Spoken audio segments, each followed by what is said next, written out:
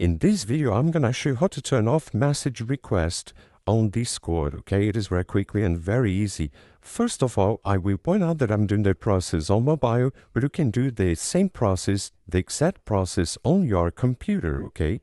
So the first thing you need to do is click on your settings, okay, on Discord settings. And you will need to click and find privacy and safety, okay?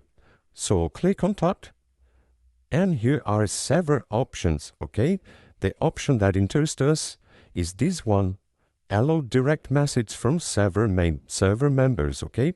You need to turn off this option and click yes. And after doing that, if you want to make this for your friends too, I recommend you activate this option, okay? Keep me safe.